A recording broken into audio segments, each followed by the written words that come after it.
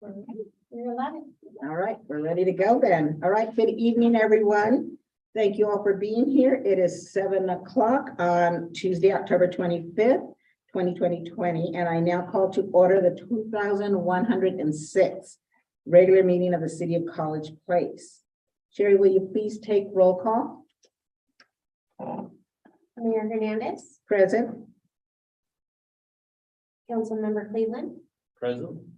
Councilmember Peterson, Present. Councilmember Williams, Present. Councilmember Sherman, Present. and Councilmember Boyle. Present. And Councilmember Espinoza and Jessup have asked to be excused. We do have a quorum. Great, thank you. Will you all please join me for the pledges of allegiance? I pledge allegiance to the flag of the United States of America, and to the republic which stands one nation under God, indivisible, with liberty and justice for all. All right, thank you.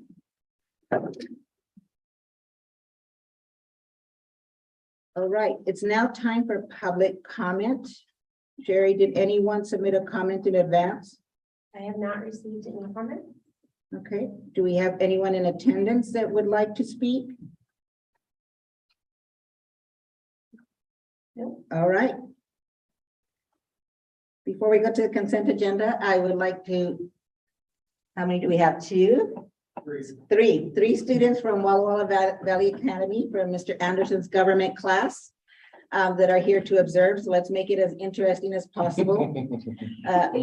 Mike and I had the pleasure this afternoon of going and talking and sharing a little bit about the city and the roles of everybody. So let's try to keep it exciting, will we?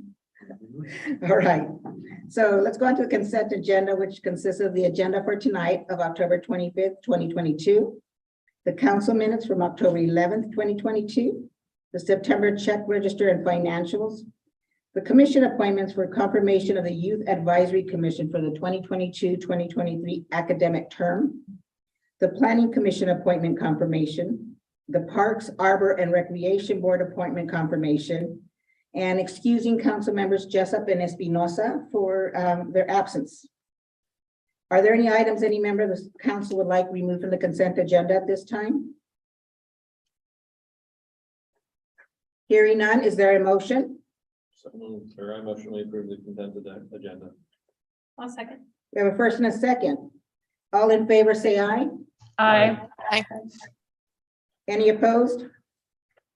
All right, the ayes have it and the motion is passed. You know, I went on without saying welcome, gentlemen. I think it's all gentlemen. Okay. No, it's not. Oh, my apologies, I can't see you behind the screen. Oh, there you are, you're behind. Welcome, thank you all for being here. All right, extra credit, here we come, right?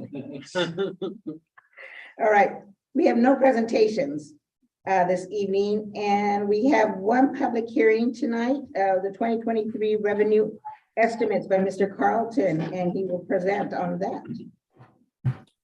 Thank you, Mayor. Do we need to open the public Oh, hearing? no, I think you make the presentation first and then I open All it. right, sorry. No, that's okay, thanks for reminding me. I'll share my screen and bring up the presentation.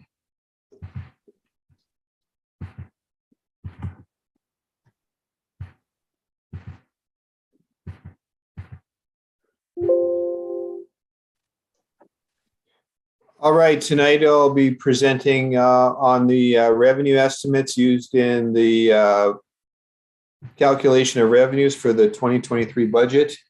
We were supposed to have also the property tax levy rate calculations for this public hearing as well.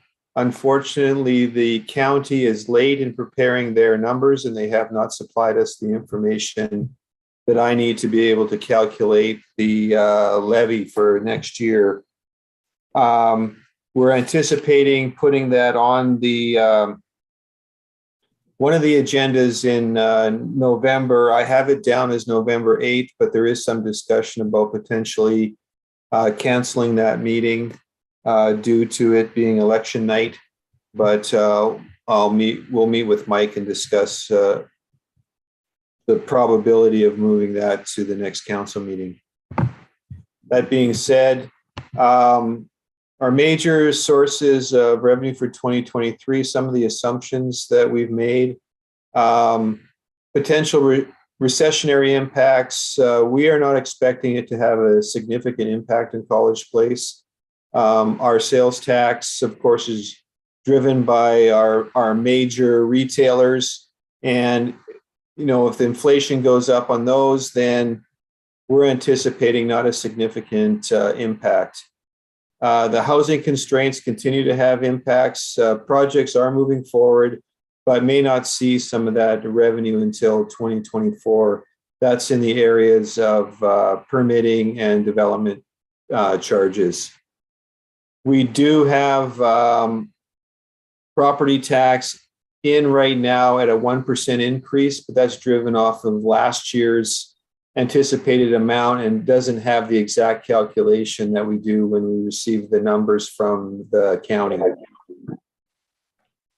The ambulance utility will be in for a full year at 2/3 of the amount that was approved by council. As you recall, that went in July 1st of this year at 1/3 the total amount. And I stated as of the 21st, the county property tax estimates weren't available, and they weren't available either yesterday or today. And then we do have a significant change in that the American Rescue Plan funds were in 21 and 22, and that totaled $2.6 million. Here is the revenue estimates that are currently included in the budget. I'll focus on that 2023 budget and touch base on a few of those numbers in there. Again, we show an increase in the property taxes from 2022 to 2023, a small increase of $21,000. We'll fine tune that number once I get the numbers from the county. Sales tax, we are showing increase of just under $100,000, which is not huge, but you can definitely see the trend in sales taxes going up as we have Walmart, Home Depot, and now Goodwill will be adding to that number. Of course, our B&O tax is driven from the sales tax number, and that's showing an increase for 2023. The business licenses and permits, a slight decrease, but that number stays pretty consistently over the years. We do show licenses and permits for non-business. Our building permits are expected next year, and a significant increase as some of that development we hope goes through. The next line, the American Rescue Plan Act, or the acronym ARPA. You can see in 2021 and 2022, we received our 2 tranches of money in that, and that won't reoccur in 2023. Some of the other changes, the next one for state shared revenues, you can see that number is supplied to us by MRSC's calculation, and they're showing a slight reduction. Public safety, that includes, the wildland fire. It includes a number of smaller items in there, and we're showing a slight reduction because we had very few wildland fires this year. So usually we collect that money in the next year, so that we're forecasting that down. You can see in 2021, it was $122,000, and we're only anticipating just under $53,000 next year. Some minor changes in planning development fees and traffic penalties, just sort of trending along the historical path. And our miscellaneous revenues, we're anticipating those to go up quite a bit. currently this year, we're forecasting a negative amount. That relates to how the interest rates are affecting our bond amounts. And we're required by the state to do a market-to-market adjustment each month on the value of our bonds. And a lot of our bonds are at a lower interest rate than the current interest rate, up around the Fed rate at 4.5%. So a lot of our bonds are, if we had to sell them today, we would take a loss.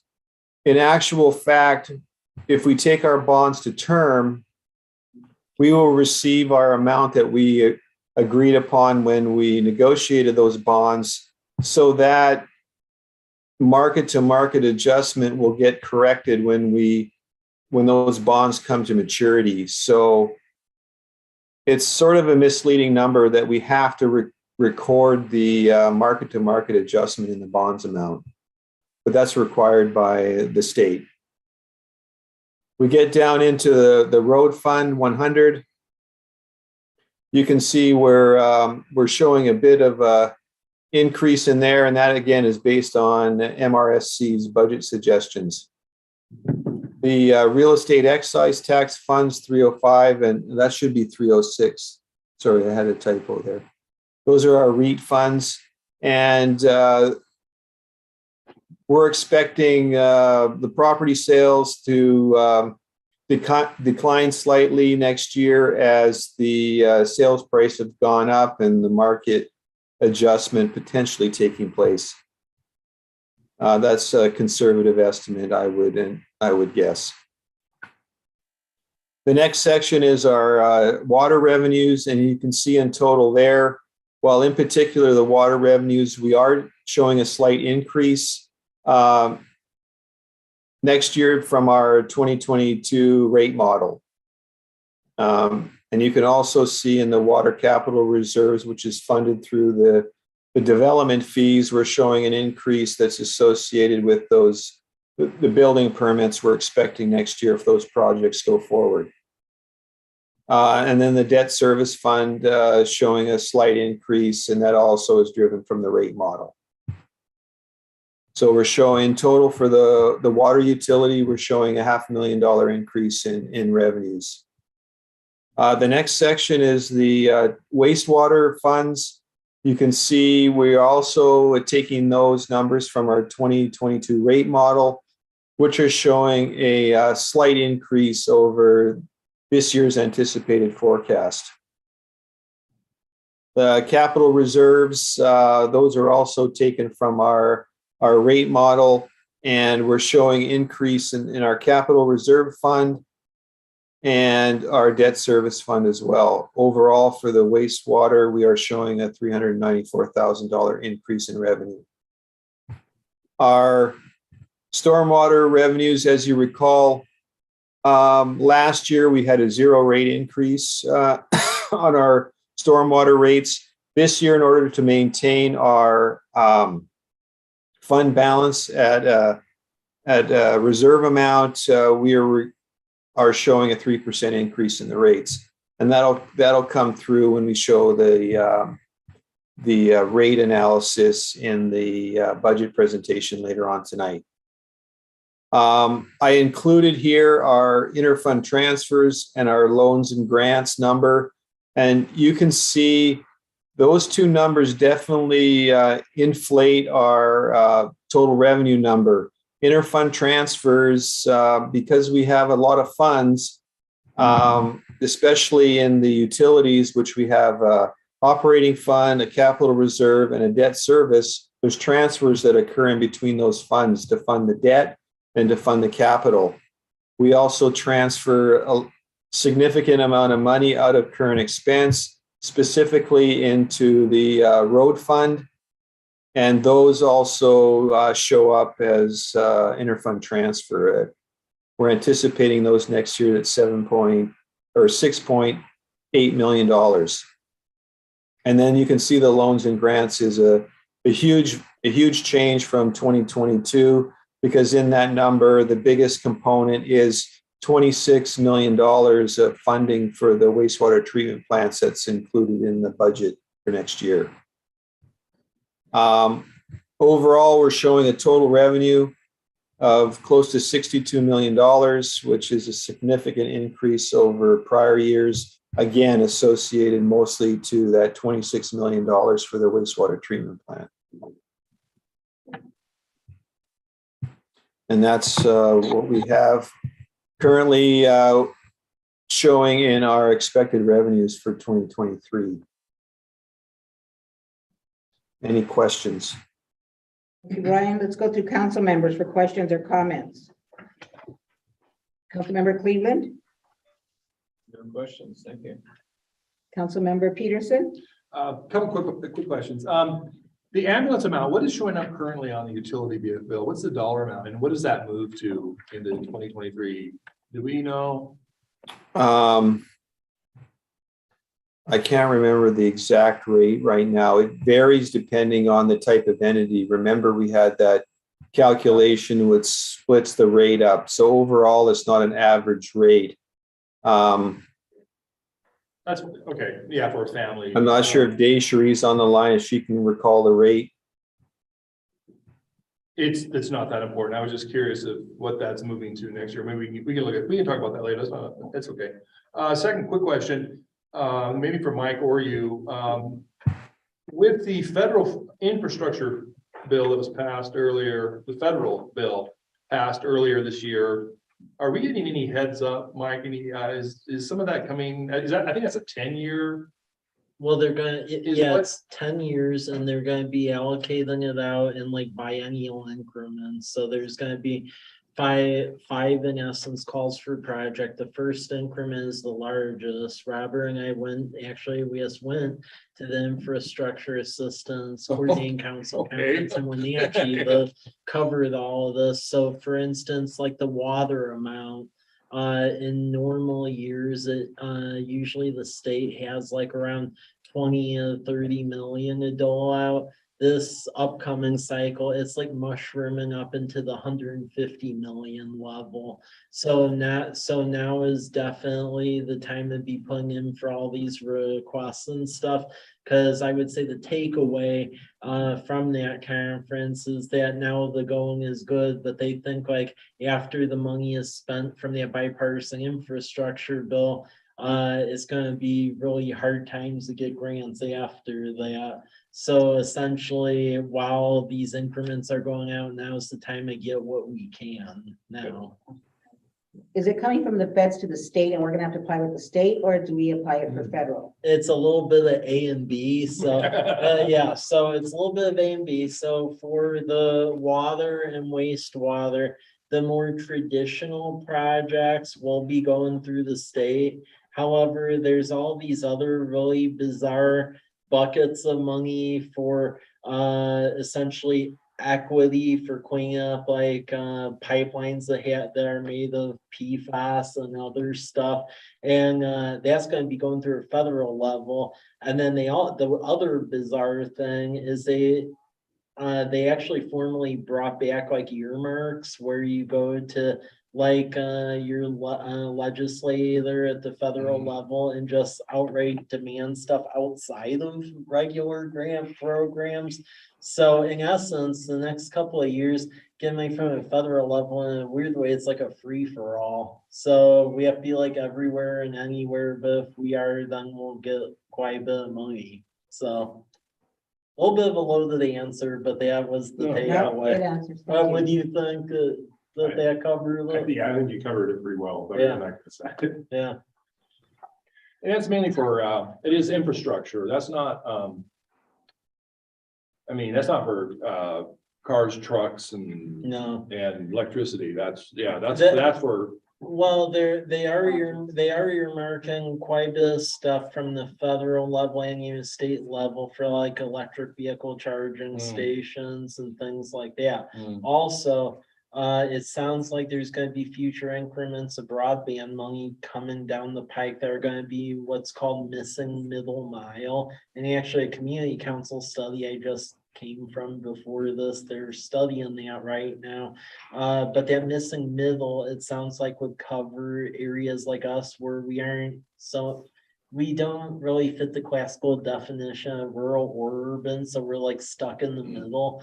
And they'll pay for a lot of that, but that broadband money, that's essentially got, from what it sounded like, gonna come out in maybe 1 or 2 spurts. And if you miss it, then you have a problem because it won't be coming back. So a lot of money is in water, your wastewater, some stuff through streets, but mainly it's your classical utility type stuff. Streets, we're really left to our own devices on that. The traditional resources like Transportation Improvement Board and stuff like that. But then again, you're hitting that brick wall I previously mentioned about we can only federally classify so many roads in town here. And once you run out of those, the local roads, you need local money for because you can't get grants for. So I mean, that's pretty much a spectrum of everything at the moment. So but outside the utilities, it's electric vehicle charging stations, missing middle mile broadband, and then some solar and energy efficiency stuff, which I do feel we'll be able to take advantage of, for instance, as we work through some of our facility replacement projects in the future, such as renovating this building and then maybe dealing with the police station issue and upgrading the fire station. So there will be opportunities for that sort of a fund. Wow. Thanks, Mike. Yeah. Ms. Schmidt would like to speak. I'm sorry, who? Oh, Ms. Schmidt? Ms. Schmidt? Just me, no worries. I was just following up with Councilmember Peterson's question. Currently, it's 228 for a single family home, and then next year it's set to go up to 456. Here?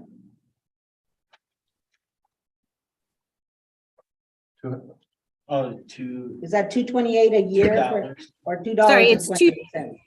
$2.28 per month for a single family home, and then next year it'll be 2/3 of the total, so it's set to go up to $4.56 per month, just Great. for a Thank- single thank you. family home.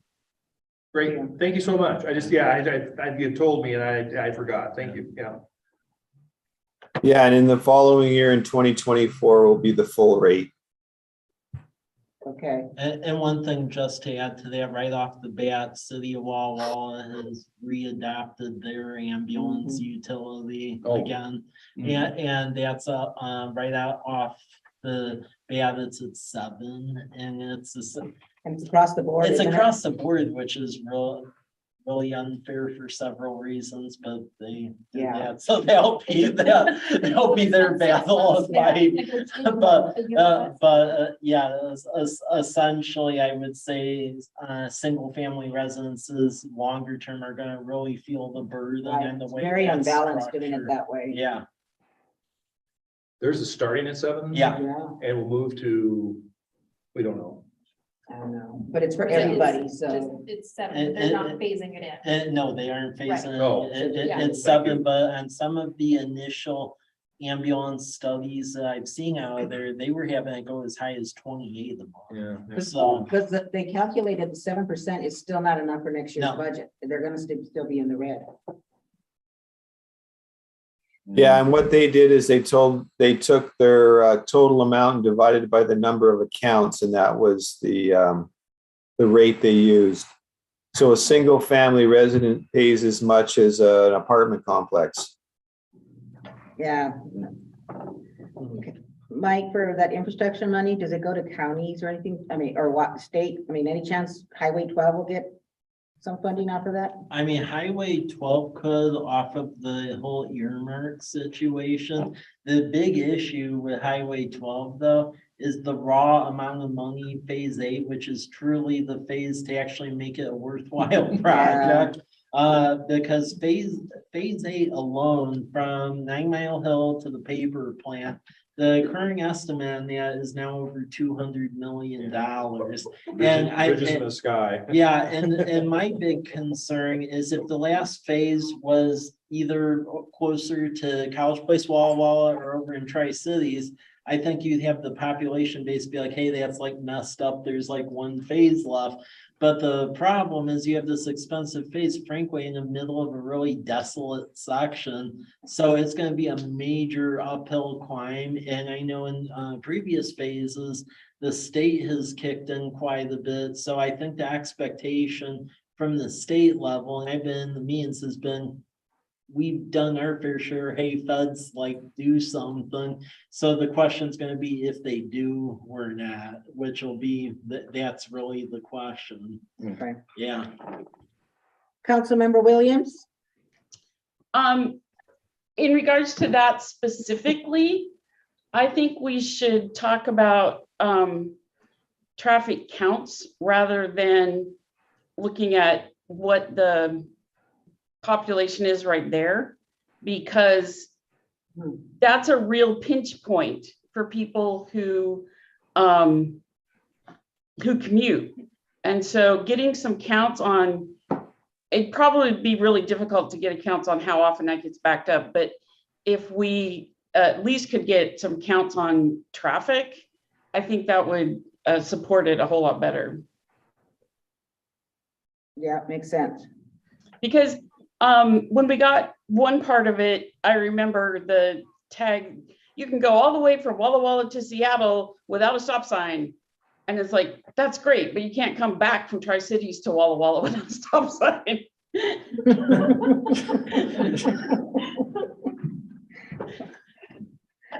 And so I kind of lost track of where we are and going around people. Should I do my stuff on the budget now or? On what Brian just discussed, yes. Okay. First, I want to say thank you for breaking it out the way you did. That really helped me understand it better. So I appreciate that. And secondly, when you talked about our bonds, is that our general obligation bonds, or does that like our water and sewer bonds too?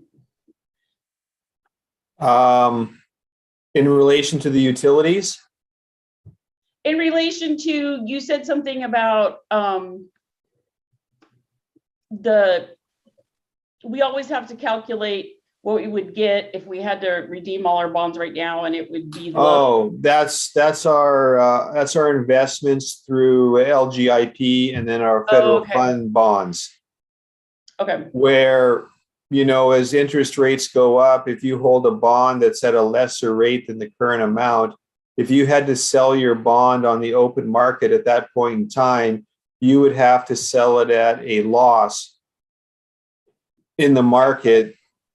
So we're required to record those losses on a monthly basis, even though at the end of the term of the bond, we'd recoup the amount. So Right. we would Then you get recoup paid. that loss. Okay. So we're sort of treating our bonds as if we have a balance sheet, and, you know, technically we don't have a balance sheet. So recording those is a requirement, but it sort of hurts our position. But I think, let me see if I've got this straight. It seems to me that what we're doing when we do that is making sure that we, in case we hit some huge emergency where we have to break into our reserves, we understand that we won't be able to get as much money if we break the piggy bank open early. Correct. Okay, cool. And with the what? Go ahead. But we have a very low percentage of our total liquid money in the bond market. And as far as our bonds that we issue, I'm assuming we got locked in at nice low rates, but our upcoming sewer, we might have to pay higher. Is that? No, we have a really low rate. They quoted us at, I think, 0.9% interest. Sweet. Nice. Okay. That's my questions and comments. Again, thank you. I found this much easier to follow. Great. Councilmember Sherman? I have a question on the property taxes. When were we supposed to have gotten them from the county, and when do you expect to get them at this point? I should have had them probably a couple weeks ago. Is traditional, maybe beginning of October. They told me last week they were anticipating having it early this week. I still don't have it, so at this point, I'm not sure. The requirement is that we have to have our our bond levy approved by the end of November. So, I'm sure they'll have it in the next week or two, but I have no guarantee. Mike and I had this conversation that because I don't know if you've received your property tax assessment number for next year, but they are considerably higher. And Indeed. Mike and I do believe that a lot of people are submitting requests to have that looked at, and we feel that's really holding up their side. It's being able to get that process so they know their assessed values are going to be accurate. That makes sense. Thanks, Brian. Mike? Yeah, and just to add on that, from what I'm hearing, because I received it in our house and plus my neighborhood all got them too. The jump in rates has been anywhere from like 25 to 30% in a year. And the assessed value of a house, like for instance, my own house, before I bought it, so last year, they had valued at 250, and then this year it jumped up to 320 in the difference of a year. So I think there's a lot of back and forth between taxpayers and the county since they do the assessments and so forth. Because at first I thought it was mainly tied to the fact that we just acquired it, but it seems to be a widespread thing from people who've been contacting me. Yeah. Well, I'm sorry. Councilmember Peterson? That's interesting because many of the expenses are just spread out. I mean, an example, I think, is the bond issues, if I'm not mistaken, where the amount owed does not go up. It's just spread out over a larger number, Yeah. But there are components of the property tax that are tied directly to assessed values, of course. So it's not necessarily, it's not a one-for-one increase, but yet it gets your attention real quick, Yeah, and don't forget, we can only increase our revenue number by 1%, not the levy rate. So if the assessed value goes way up, our levy rate per $100,000 goes way down because we can only increase our revenue number by 1%. So for us, the assessed value doesn't really have a large impact on the amount that we can recoup. Thank you. Councilmember Boyle? I don't have any questions for Rachel. So trouble being Thanks, last, right? Makes it easy. I'm the good guy. Councilmember Williams. Councilmember Williams? I feel like I should know this, but I just can't figure it out. How, if the property tax can only go up by 1% per year, how can you get a 25% increase in your property tax? I mean, that would seem to imply that your house is like gone up giant in value or something. I don't understand. That's in essence what they're saying, because I actually emailed them because I had quite a bit of sticker shock on that one.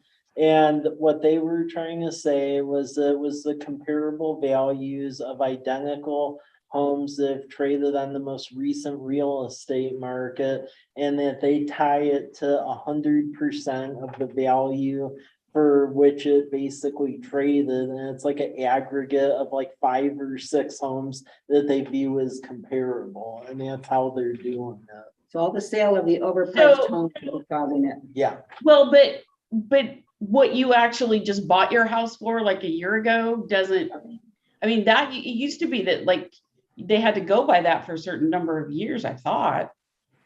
Well, that's a strange thing. So I asked that question too, and it sounds like, yeah, it sounds like, well, like for instance, where I grew up, in Cook County, they actually have the county broken up into areas and they do it in cycles where they only reassess them once every 3 years, and it's on 3-year cycles. So that's why I thought it was going to be here. And they actually said they do it every year. Yeah. The assessors. And they do the average of like homes that sold, not just your individual home. Is that in this area or are they looking? So they don't, somewhere? Well, they look for college, I think they look at not just College Place, because we're so close to the county line. They don't include Walla Walla, I'm pretty sure they don't. It's just, They don't include Walla Walla, because I asked about that, because I thought some of my value was getting brought in with that. It's at least for out at Homestead. It sounded like they were looking random properties that are pretty comparable within the College Place School District. Okay. That was the emails I ended up getting, so. Okay, well, I shouldn't ask you to defend what they did, but I was just confused. So it sounds like Well, no, it's based on no, the assessed value.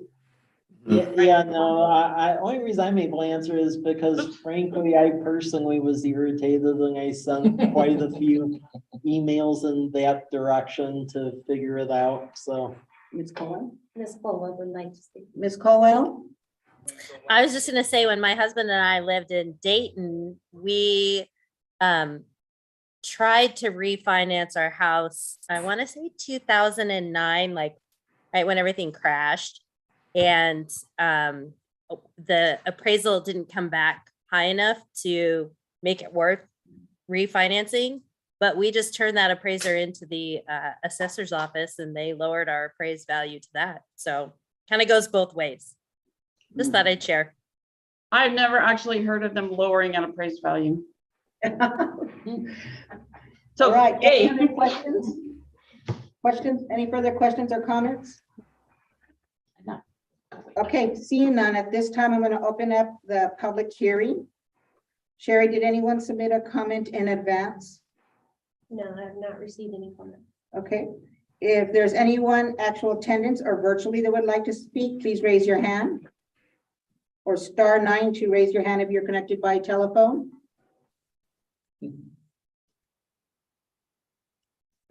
None? There's no. Okay. Any attendees. Is there any additional discussion? All right, is there a motion to close the public hearing? So moved. Thank you. second, Councilmember Williams. Thank you. Any further discussion? All right. All in favor of closing the public hearing, say aye. Aye. Did Heather answer? I did. Okay. All right, so that means no one's opposed. So the ayes have it and the motion is, the public hearing is closed. Okay, we're going to move on to action items. The first is the action item is the draft fiscal year 2023 state and federal legislative agenda. And Mr. Rizzatello is going to present on that. Okay, thank you. So I went over this at length at past workshop and meeting. State and federal pretty much mimic each other. So the core components is for the key projects. It's really dealing with the revenue gap that will exist for construction on Southwest Majania Road. We have the engineering in hand. Grant in hand. We do have an earmark for construction, but that was before inflation bloated it. So there is a significant gap, pretty much equal to the amount I originally asked for the earmark. So yeah, so we're gonna need to essentially get more grant resources to bring that to reality. The stormwater decant facility, constructing that. The Western CP water system improvements, keep in mind with that, is putting another well online, because even wells we've been talking about the last several years, they only caught us up to where we were 6 years ago before 2 of the 3 is in essence failed. So, and in the same time, we've grown by about 2,000 population. And then also dealing with an additional water tank that will help with capacity issues, and then also growth heading out to the west. As far as general policy items go, really it's protecting the various grant resources. Broadband naturally is an issue. So encouraging funding of that, also housing supply and availability as well. Also, we add in there about supporting the Walla Walla County Rural Library District with an appropriation request. Because they're gonna be trying to get earmarked to develop the siting and planning for the permanent library in College Place, which would be that land that they bought years ago adjacent to the high school. So they're trying to make that one a reality. And then also opposing some of the state building code changes, because essentially, and they're trying to deal with this legislatively, and then when it doesn't work administratively, but they're actually trying to phase out natural gas in home and commercial construction, which if that happens, people think there's an affordability problem now. That's gonna go off the charts at that point, because there aren't the raw materials in essence to make that one a reality. In general government, dealing with the Growth Management Act, so the issues we had like with our last attempted UGA expansion, several other communities across the county have ended up in a similar predicament.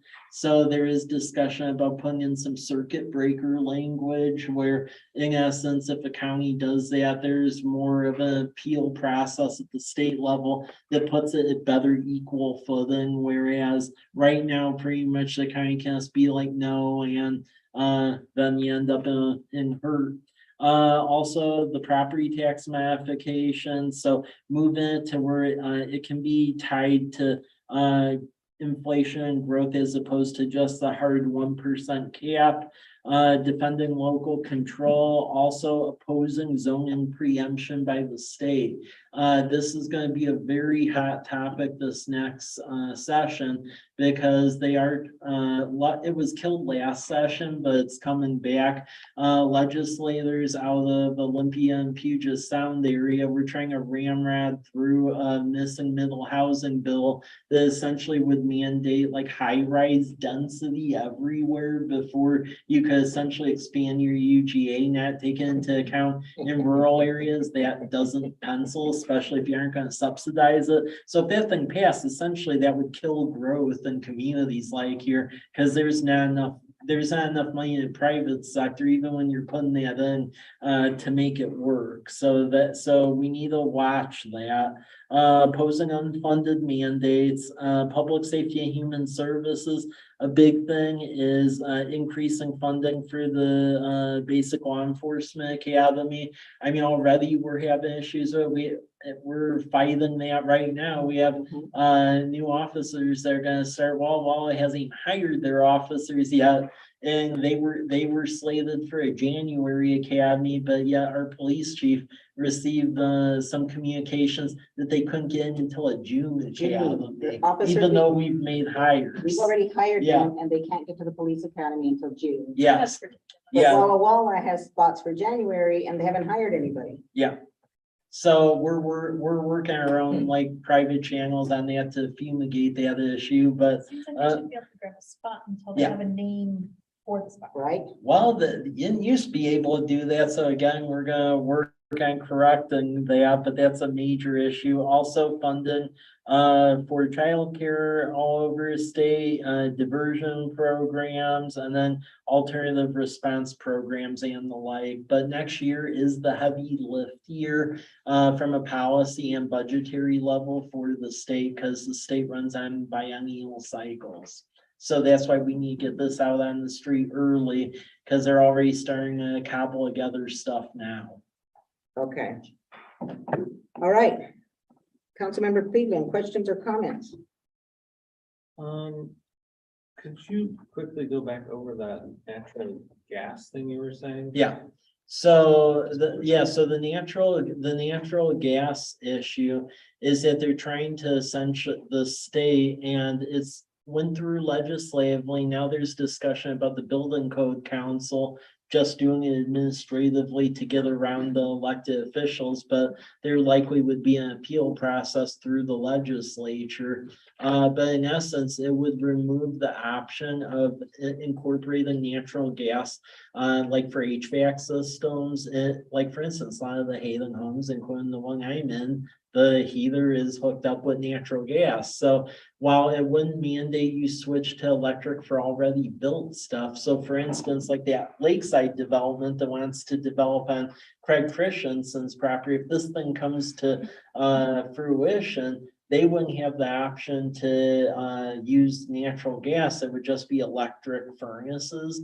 And the fact of the matter is, when you talk developers, building suppliers, that critical mass of equipment doesn't exist yet to move to that big of a thing already. So what's going to happen is you're going to have major supply chain issues, and the housing cost is going to get catastrophic because some of the, I don't know about Pacific Power, but I was in a meeting where Columbia REA, they expressed they felt they didn't even have the infrastructure to allow for all the houses to switch to electric stuff on a dime like that. So it's a major issue, especially for areas. I mean, the whole state has an affordability issue, but I mean, over here, it's especially acute.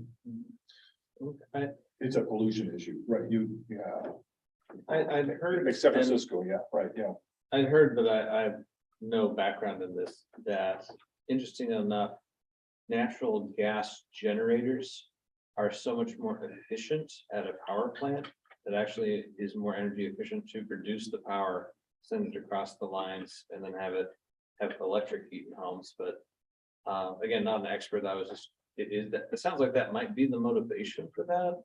But the supply chain in terms of transitioning your infrastructure to be electric only doesn't work. No, there has to be more time to ramp it up and to just expect everything to go on a dime like that.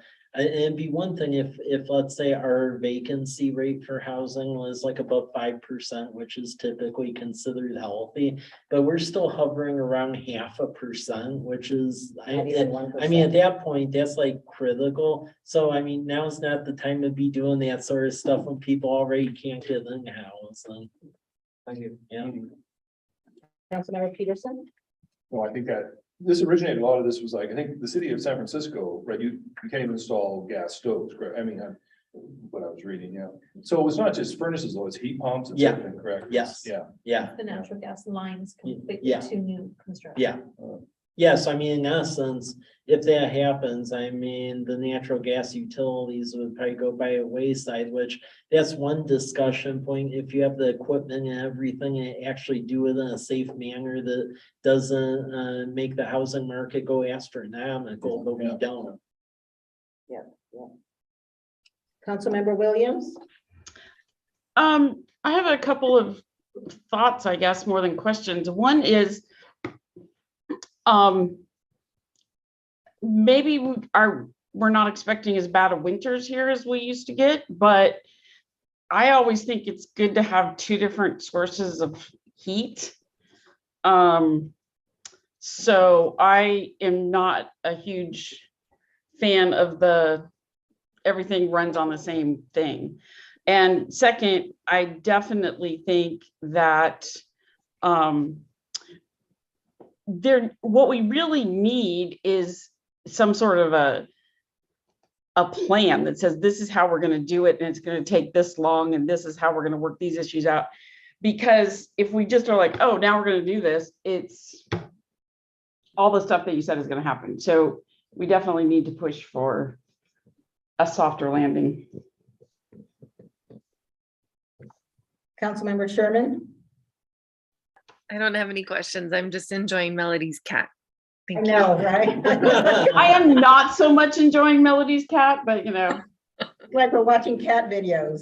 I did a presentation this morning and I said, you know, it depends on the audience whether they find it charming or annoying that your cat shows up on your video.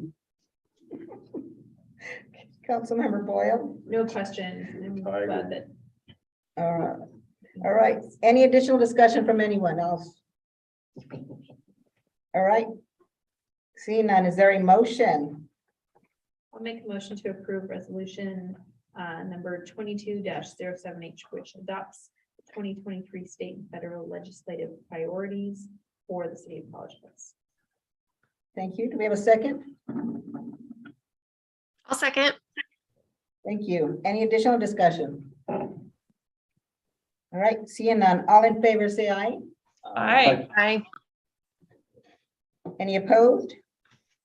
All right, the ayes have it and the motion is passed. Thank you, Mike. Next, we're winding down here. So next is the property acquisition for the lift station number 5 relocation. Mr. McAndrews, you're up. Thank you, Mayor. Good evening, council.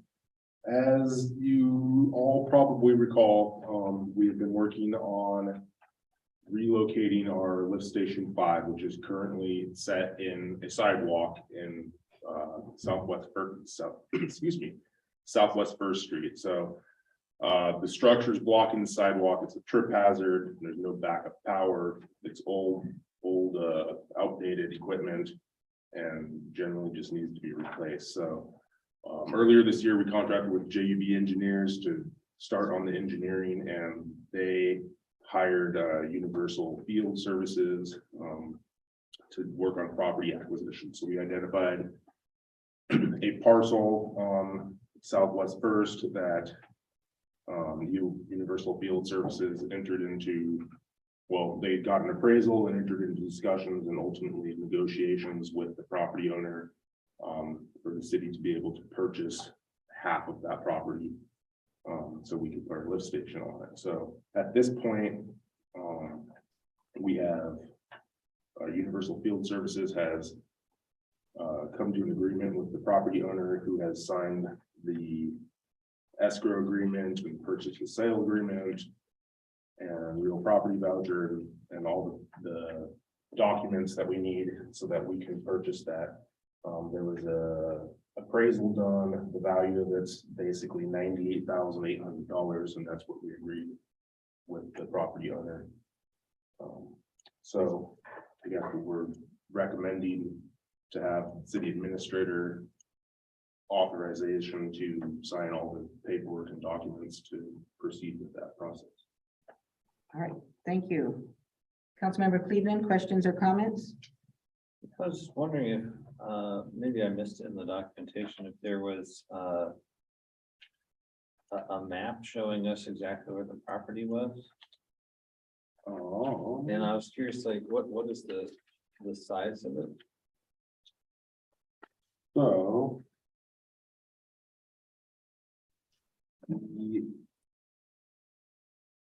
In the appraisal document, I believe the acquisition is described as the northern 9,875.9 square feet of the property.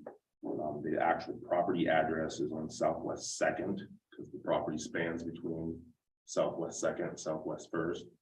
So the city is planning to purchase the northern half of that property. So it leaves. See here. The actual address is on the documents.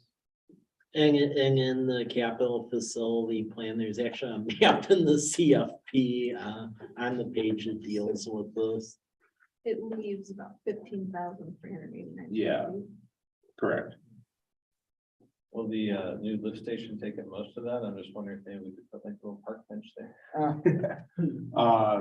Well, between the lift station and there's stormwater requirements that we have to do for impacting the site.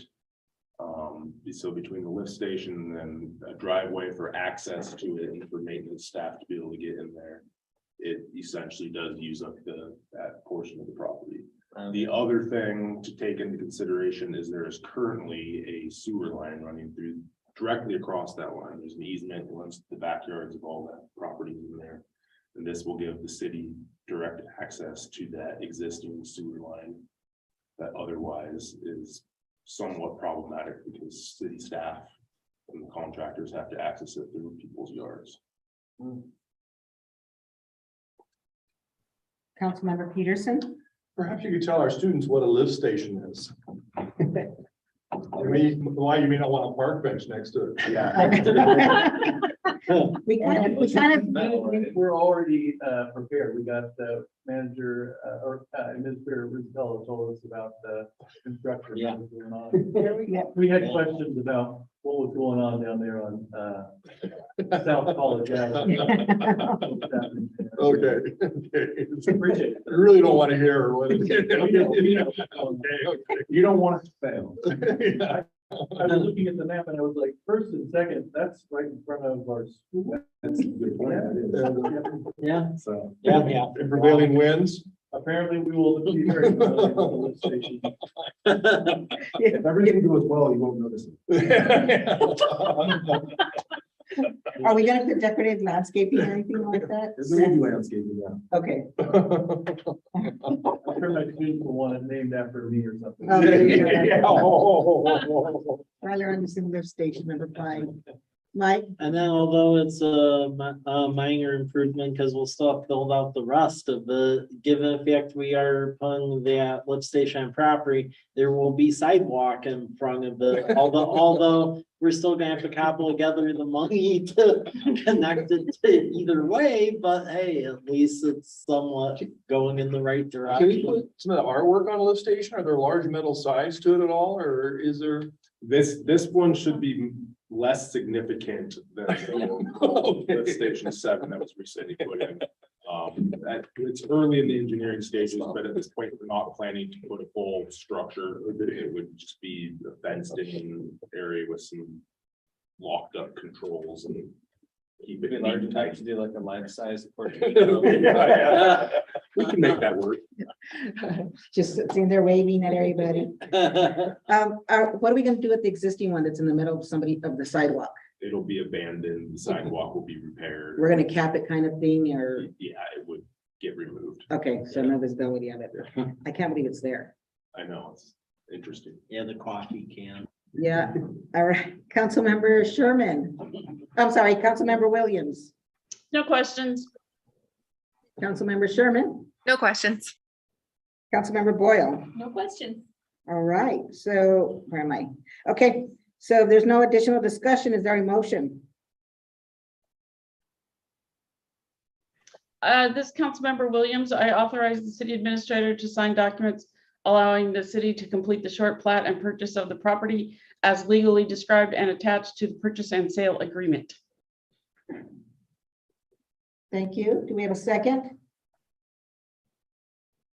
I'll second. Thank you. Any additional discussion? All right, hearing none, all in favor, say aye. Aye. Any opposed? The ayes have it, the motion is passed. Thank you. All right, moving right along. We have one administrative report tonight, and it's the second draft of the 2023 preliminary budget by Mr. Carlton. Thank you, Mayor. I'll bring up my presentation.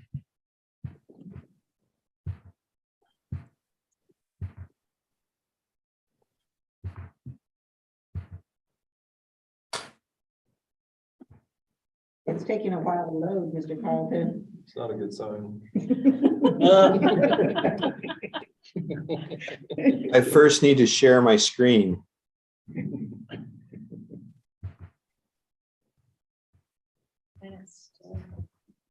There we go.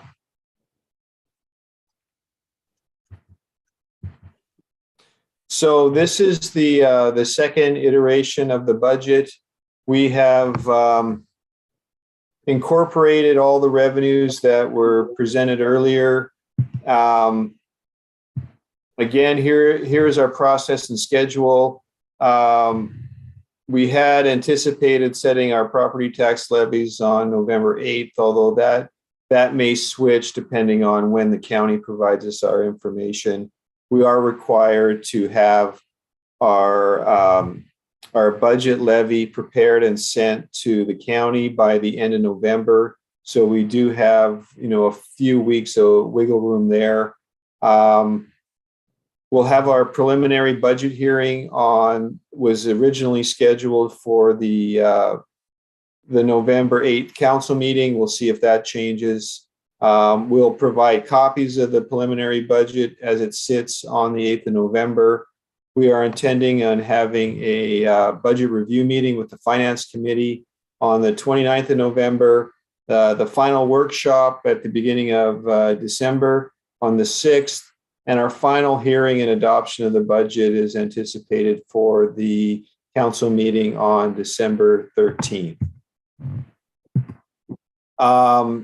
Some of the key assumptions, we We feel we've been conservative on our projections of both expenditures and revenues.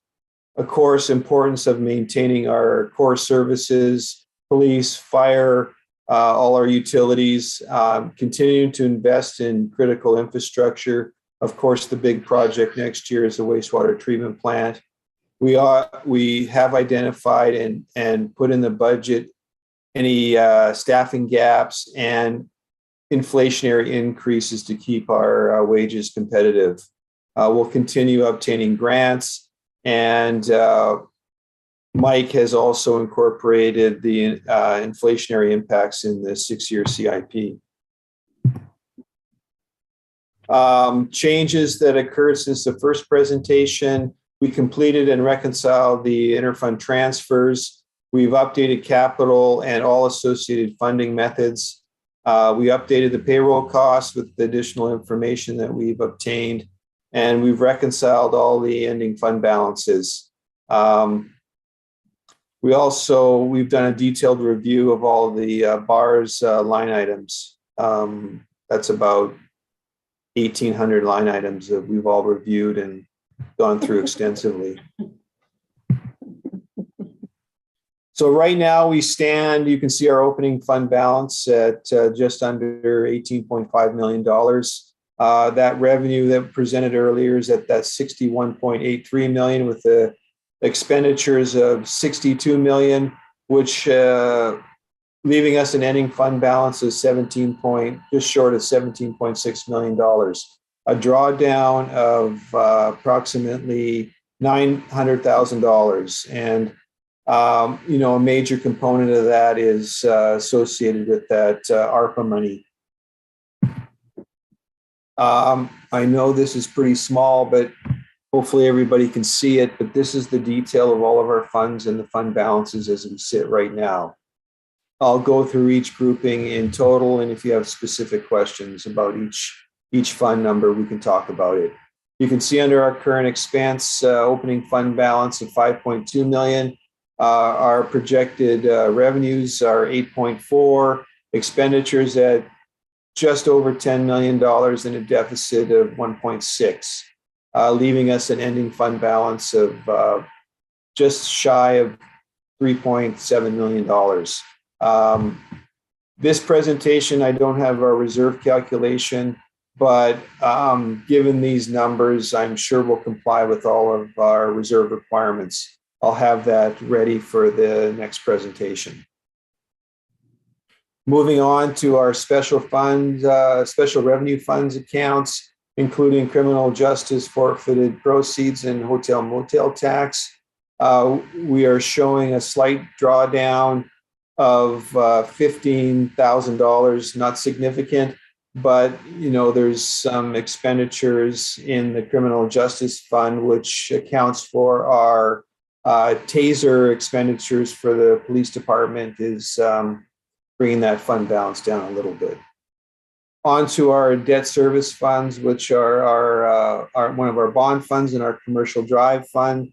That $235 was paid out this year, so that is in there at zero balance, but we're still showing it because it was a carry forward from 2022. And then you can see our bond balance. One thing you will notice is a significant increase in the 201 fund. That is our loan or a bond that we have on our water wastewater that was started in 2019. And what we had determined is part of our reserve requirement is that we carry forward a total reserve balance equal to one yearly payment. In prior years, that reserve number wasn't reflected properly, so we've increased our projections to leave us an ending fund balance which is approximately equal to 1 year of loan payment. Moving on to our capital reserve funds, which include our REIT. That's the major impact on that fund balance, and that is the money that we have accumulated over the last 3 years for the Lions Park project. So that was a fully anticipated drawdown in that balance, and you can see it's being drawn down by just shy of $1.1 million. We have a little similar drawdown, and we're using some of the REIT 1 money to fund some of the road projects, and that's drawing down by $100,000. Still a healthy fund balance at just shy of 2.2 million. Moving on to the streets fund. It is showing a very little deficit for next year, a number of projects in there that we'll get into when I show you the capital items. A strong fund balance at $456,000. Moving on to the water utility, a number of different funds there. The 400 is the, 400 is the operating fund, and you can see we're carrying it forward a slight surplus in that fund for an ending fund balance of $360,000. The other, there's a couple capital funds and a debt service fund, which are, you can see we have a slight drawdown in our capital and our capital improvement fund as those projects on the wells get completed, and then we have other projects starting up next year, including the elevated tower and so forth. You can see in total, we have a drawdown on the water utility of $292,000, leaving a healthy fund balance of $4.2 million. The next section is our wastewater utility. And you can see we are carrying a surplus forward into next year. But remember there, we are having to fund the wastewater treatment plant project. You can see the revenues and expenditures are pretty much equal for the Fund 411, which accounts for that wastewater treatment plant project, leaving us a healthy balance moving forward for additional projects in future years. Our stormwater utility is the next group of funds, 402 and 403. You can see it's carrying forward a strong balance in the capital reserves there. We do have projects that are going to bridge years, and some fund balance carry forward is necessary there, leaving us a healthy fund balance of $1.7 million. The last group of funds, 440, is our ambulance utility. And you can see there, we have a reasonable fund balance carrying forward, not a lot, but we do show a drawdown slightly next year with a deficit of $65,000. That will improve years going forward as the rates go up to their 100% amount. And then we have our equipment repair and maintenance fund, 500, and you can see a slight drawdown in that year as directly relates to interfund transfers. That's basically funded by the other entities depending on who utilizes the equipment. And as the numbers work through, we show a slight reduction in that ending fund balance. And then our flexible fund count ending up, which is maintaining, an acceptable balance. In total, you can see that we show for the entire city a drawdown of just under $900,000. If you take the ARPA funds into account, you can see we at probably spending next year, close to $1.5 to $2 million of the ARPA money. Definitely accounts for a majority of that deficit. All in all, leaving us an ending fund balance of $17.6 million. That is currently where it stands. I'll stop for a second so I can take a drink and see if there's any questions so far. Any questions from council members? Oh, Councilmember Peterson? So Brian, this is preliminary budget. We're approaching November. What are unresolved expense issues that you're aware of at this point? Or do you have the input from all the department heads and stuff as far as, are there requests in that amount? Yes, these are all the requests from the department heads. Those meetings took place mid-September. And those are all the requests are incorporated in these numbers you see. So this is preliminary, but you'd say we're 70–80% of the way there as far as where we think we're going. I'm more confident it's more like 90 to 95% at this point. Okay. Great. We are really not seeing major changes at this point. One thing we do have outstanding is the police union negotiations are ongoing. So currently we don't know where that rate's going to end. So there could be a slight adjustment on there. And to be honest, we'll have a few tweaks here and there, but right now we're not seeing anything major that will impact this number. That's great. Thank you. Yeah, we're way ahead of where we have been traditionally. Looking at the fund components in detail, here's our current expense. You can see the breakdown between operating, between reoccurring and non-reoccurring, and operating capital, debt, interfund transfers.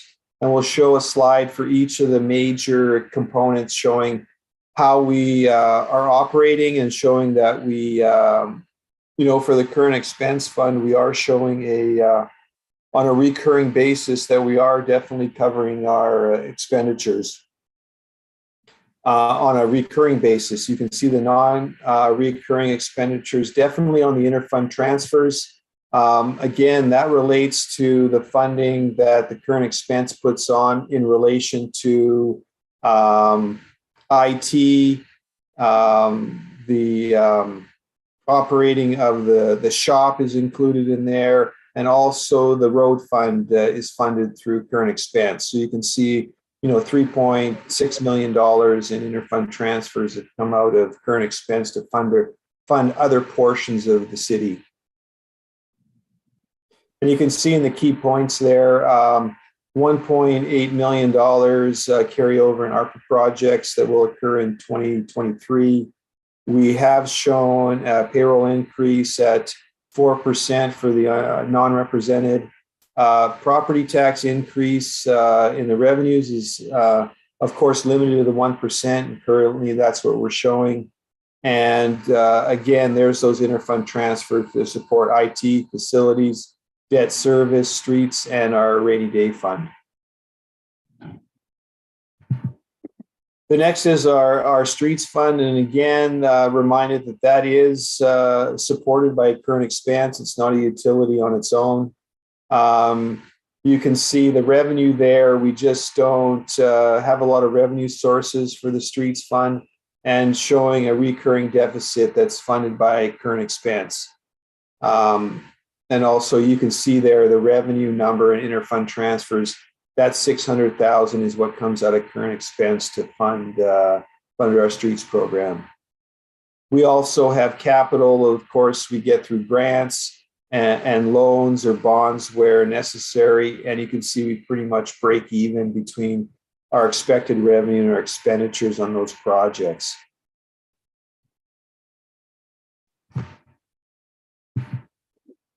Here is our water grouping, and you can see under our operating under reoccurring that we are at a surplus on just the operating costs. We do incur debt, especially when in relation to our 2 water projects that have gone on for the last couple of years.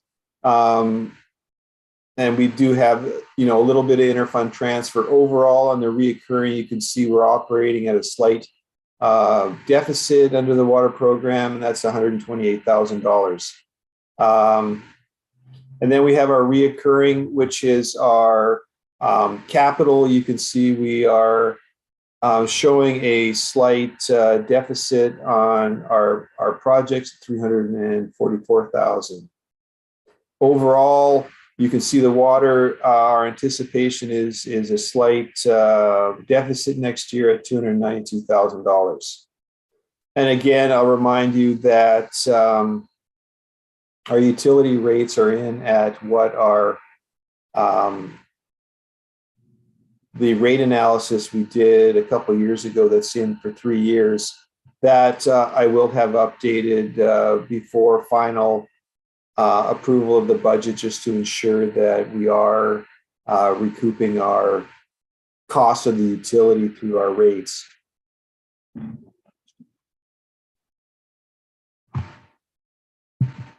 The next is the wastewater grouping of funds. You can see there again, we are operating at a surplus strictly from an operating perspective.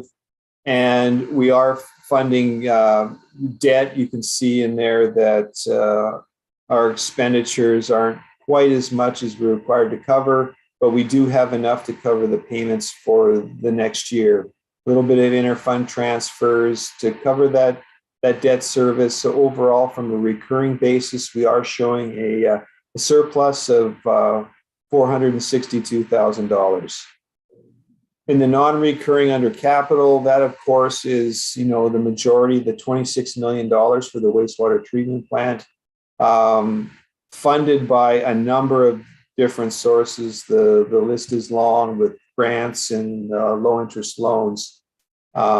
Overall, we are showing a surplus next year of close to $1 million on wastewater.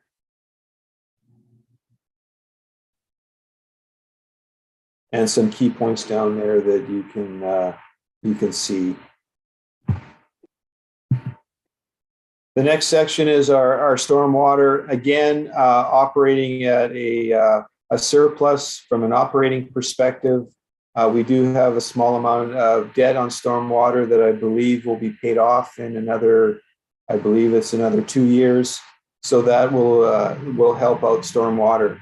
A number of projects in that area, and our revenues are expected to exceed our expenditures next year, as those projects will most likely carry forward into the next year. So anticipate, when the expenditures occur will dictate exactly what revenues and expenditures are on those capital items. Overall, we are showing a surplus under the stormwater of $808,000. And as a reminder, as I spoke in the revenue presentation, is that last year we did have a 0% increase in stormwater, and the rate model for this year shows a 3% increase, which is currently in this budget number.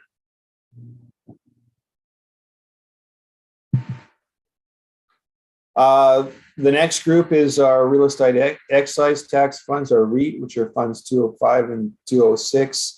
I don't know if I would like to say we're pretty conservative on our anticipation of the revenues, and that's split evenly between the two funds. And basically, though, that fund is funding mostly road and park projects. So the big number in the expenditures is of course the Lions Park project.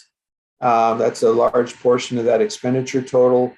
And you can see we are showing a deficit on the capital of the 1.7 million, and a majority of that will carry over for money that we've accumulated in the REIT 2 fund over the last few years to fund that project. So overall, we're showing a deficit in the REIT funds of $1.2 million. But as I've said, that was expected and not out of the ordinary based on that project. We went through the summary of the revenues. I won't go through them again, but this is the same slide that we had in the prior presentation. As far as payroll and staffing goes, you can see on the left portion of the screen, we're showing our full-time employees at 59 budgeted. We have, 0.2 FTE in our reserve police officer, police records clerk at 0.4 FTE, and an engineering intern at 0.4 FTE is anticipated for next year. And if you're not familiar with acronyms, the FTE is full-time equivalent. We also have our council, we have the mayor, and we are recommending additional positions in next year's budget. That's a facilities maintenance worker, a stormwater maintenance worker 2, our mental health corresponder, which is grant funded, and 1 additional police officer. As far as wage and benefit information goes, you can see the projected wage increases for next year. Currently, the police, they're in negotiation, so that rate increase has not been determined at this point. We do have a 4% increase in fire. That's the third of a 3-year contract, so they'll be up for negotiations next year. The public employees, as a 4%, are non-union exempt and non-union non-exempt we both have in currently at a 4% increase. And our sergeant's rate is determined on the police rate, so that's technically in negotiations. And our contract employees, contracts are set that their increase is based on the CPIW on a year-to-year basis from September to September, and that rate came in at 8.5%. Brian, Although- Councilmember Peterson has a question. Yes. Hey, currently, and I don't want to know names or who or whatever, do we have is anybody working remote right now? Or is there hybrid or is everybody back in the office? Everybody's back in the office. Of course, if somebody's, out for a day or something, they can work remotely if their job allows them to There's do no that. one that's remote here. Yeah. So. Thank you. The next is our healthcare increases. So currently, we have the health in for the police at 4.8%. That information is currently not available in those areas. So that's a slight change that may occur in the future iteration of the budget. All other employees, we did get those rate increases. You can see the health is going up by 4.5%. No increase on dental, vision, standard life, or the employees assistance program. The final point there is we started a program with Life Flight last year in which employee paid for their enrollment in Life Flight. It is recommended in this budget that we include that as an employee paid benefit. You can see the cost there for all employees for the city, a cost of approximately $5,300, which we think is a nice benefit for the employees, and are recommending that in this year's budget. The next section I'll go through briefly. I won't get into the details of all the projects. Those are in Mike's CIP. But here's a summation of the projects for next year, which is the key component for us in the budget process, since we're only looking at a year-to-year basis. You can see we're showing a total of $40 million in capital expenditures next year. Of course, the big one is the wastewater treatment plant at $26 million. And other various projects. And the second biggest project is in the parks, which is the Lions Park project. And at the total amount for parks next year is $5.1 million. Hey, So- Brian, so- question. Sorry? Does the infrastructure funds apply to parks? So no, it doesn't. Okay. No. So it's only water, wastewater, storm, and easy. There's no. No.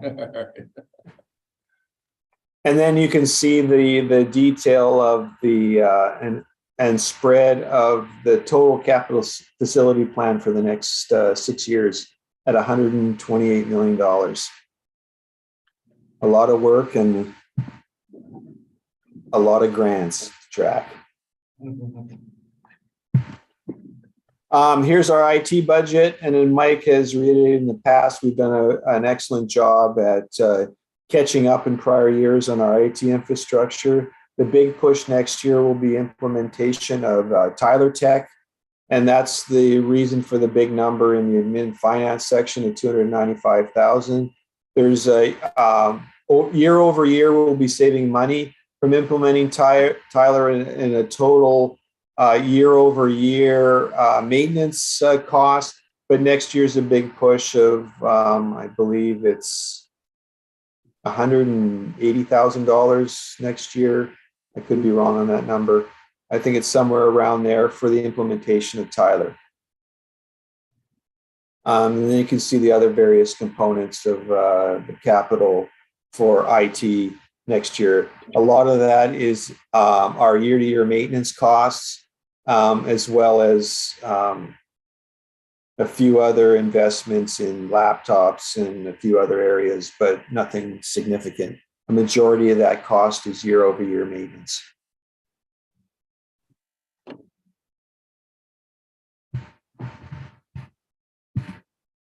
The last section is the ER&R, equipment repair and replacement budget for next year. We are currently showing a total expenditure of just under $1.9 million in equipment. A large piece of that is in the stormwater, and that is the Vector truck at $750,000, which is grant funded by the Department of Ecology. So the rest, is just covering our normal replacement of equipment in its typical lifespan. And then overall, the 6-year plan showing equipment replacements of $4.6 million.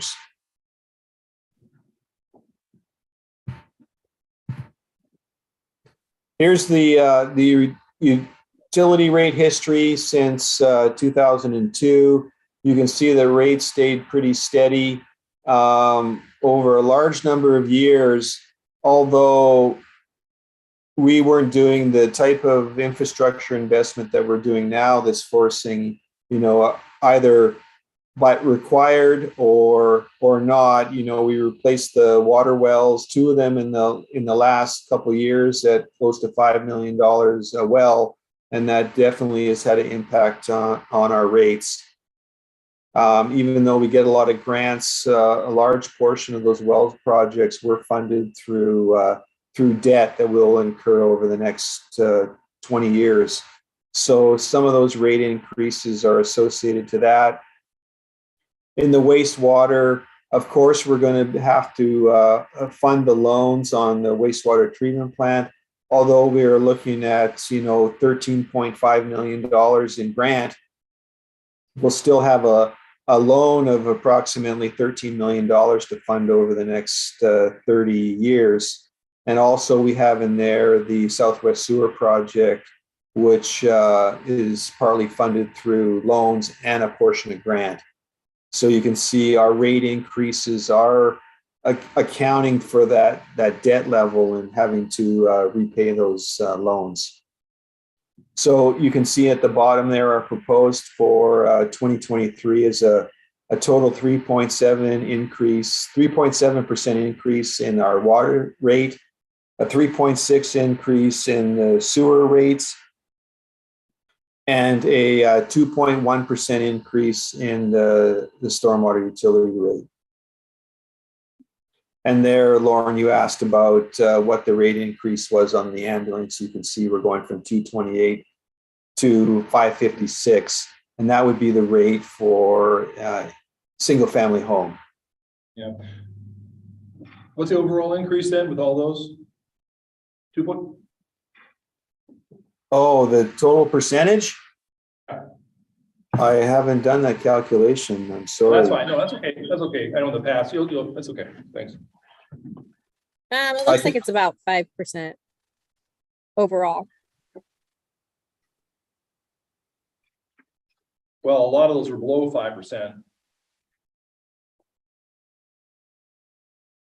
Okay.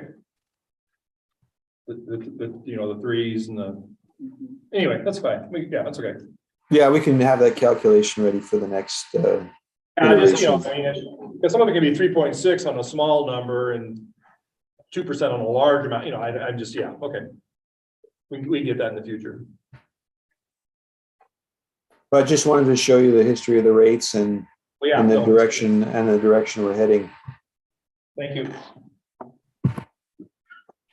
So the next steps are we'll continue our review We'll update capital requirements and funding options as needed, and update wages on the police department union agreement if it gets settled this year. But as I said in the beginning, we feel we're pretty solid so far on the numbers. Everything's been tied out. If you look at the detail that's been provided, we are in balance. For total revenues, total expenditures do zero out. So so far we're in really good shape. And the next meeting, I'll have the reserve calculations, so we meet our statutory requirements on the reserve balances. Ms. Schmidt has her hand raised. Ms. Schmidt? Hi, sorry, I just wanted to clarify the percentage for the ambulance increase wasn't in there. I mean, it's technically doubled the 2.28 or $2.28 to the 456. So that's 100%. I was taking the total, the 117.60, the difference between the current base rates of 111.50 and the 117.60 to get that 5%. Okay, Thank you. thank you. So that's a lot of info. Any questions? Any questions from council members? Anyone online? Well, All right. We promised excitement and we delivered. So much that we lost our audience.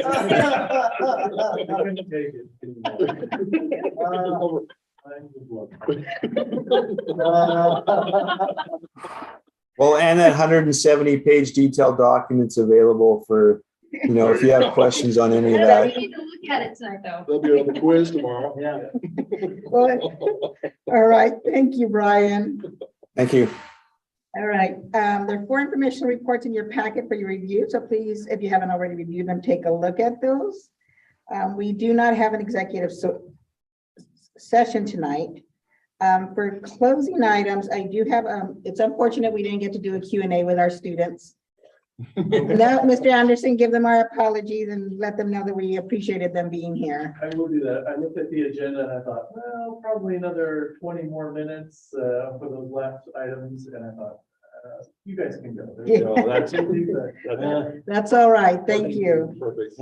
And earlier today, Mike and I did discuss the November 8th meeting. That is election day. And traditionally we have usually council meetings. However, because the county property tax estimations are not available yet, it's best that we keep that November 8th meeting on the calendar. If for some reason we don't have the estimations by then we can re-look at canceling, but otherwise, for the benefit of the staff, to get this all taken care of and ready for us to take a look at and then getting it voted for on time, we will have a meeting as of right now, November 8th. So we'll be brief about it. Yeah, it'll be a short one, but we do need to have it. All right, is there any other business for good of the order? All right, seeing none, do we have a motion to conclude? I'll make a move to conclude the meeting. Second. We have a first and a second. If there's no objections, the meeting is concluded at 8:33 p.m. Thank you, everybody.